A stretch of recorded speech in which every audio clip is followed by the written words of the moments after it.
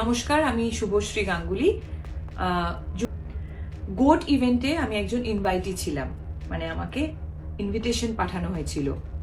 আমি হায়াতে গেছিলাম, আমার ফ্রেটার্নিটি থেকে আমি এবং কৌশিক গাঙ্গুলি ছিলেন। সেখানে অ্যাক্টিভিটিটা এটাই ছিল, উনি আসবেন, আমাদের সবার সাথে মিট করবেন এবং ছবি তুলবেন।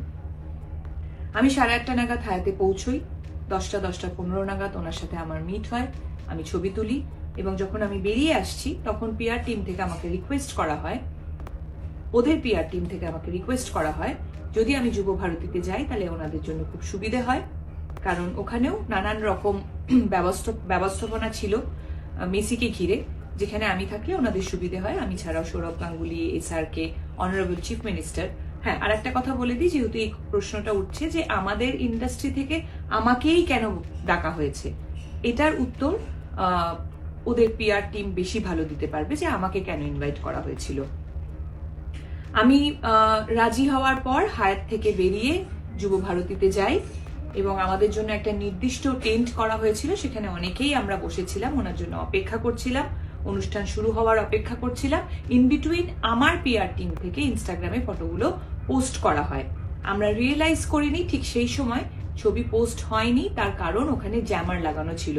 আপনারা যারা যারা ওখানে ছিলেন তারা নিশ্চয়ই জানেন আপনাদেরও ফোনের নেটওয়ার্ক কাজ করছিল না। 11:30 নাগাদ মেসি ঢোকেন এবং ঢোকার পর যে ক্যাওসটা শুরু হয়, যে ডিজাস্টারটা হয়, সেটা আমি নিজের চোখে দেখেছি। আমি মাঠে বসে নিজে ওনাকে দেখতে পাচ্ছিলাম না, আপনারা কিভাবে দেখবেন? আমি টেন্টের মধ্যে ছিলাম এবং দেখতে পাচ্ছিলাম কিভাবে ম্যানেজমেন্টের একটা ডিজাস্টারের জন্য এত সুন্দর একটা ইভেন্ট হতে গিয়েও হলো না। তারপর ঝামেলা শুরু হলো, আমার একটা শুটিংয়ে যাওয়ার ছিল, অলরেডি আমি লেট হয়ে গেছিলাম। আমি ওখান থেকে বেরিয়ে আসি এবং বেরোনোর সময় যেহেতু আমার শুটিংয়ে দেরি হয়ে যায়, তাই আমার ওখানে কমিউনিকেশন করার প্রয়োজন ছিল। আমি ওখানে কিছুটা সময় ফোনে ব্যস্ত ছিলাম। তারপরে এই যে এত সুন্দর একটা ইভেন্ট হলো না, একটা অদ্ভুত জিনিসে পরিণত হলো, সেটা নিয়ে অনেকের সাথে আমি ডিসকাস করছিলাম।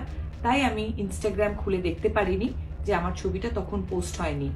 আমি বানতলায় পৌঁছই, আমার শুটিংয়ে দেরি হওয়ার কারণে আমি ইমিডিয়েটলি মেকআপ ভ্যানে চলে যাই মেকআপ করতে। মেকআপ করার পর আমি শর্ট দিতে চলে যাই।